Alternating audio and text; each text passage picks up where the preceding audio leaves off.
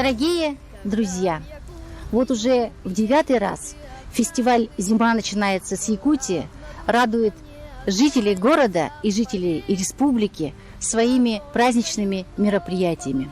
В онлайн-режиме нынче проведены интересные мероприятия и конкурсы, такие как по изготовлению новогодних открыток, как оформить фотозону или украсить новогодний семейный стол. Но кроме этого еще очень много других интересных мероприятий, в которых приняли участие жители нашего города и жители республики. Ну, одним из основных мероприятий является и конкурс, фестиваль «Бриллианты Якутии», в которых принимают участие не только именитые, но и начинающие скульпторы. Своими прекрасными произведениями они украсили общественное пространство нашего города.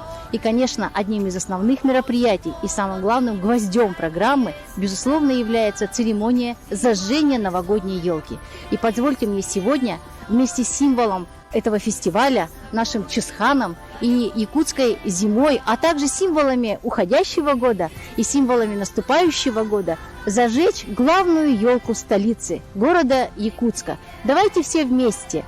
1, 2, 3, елочка, гори!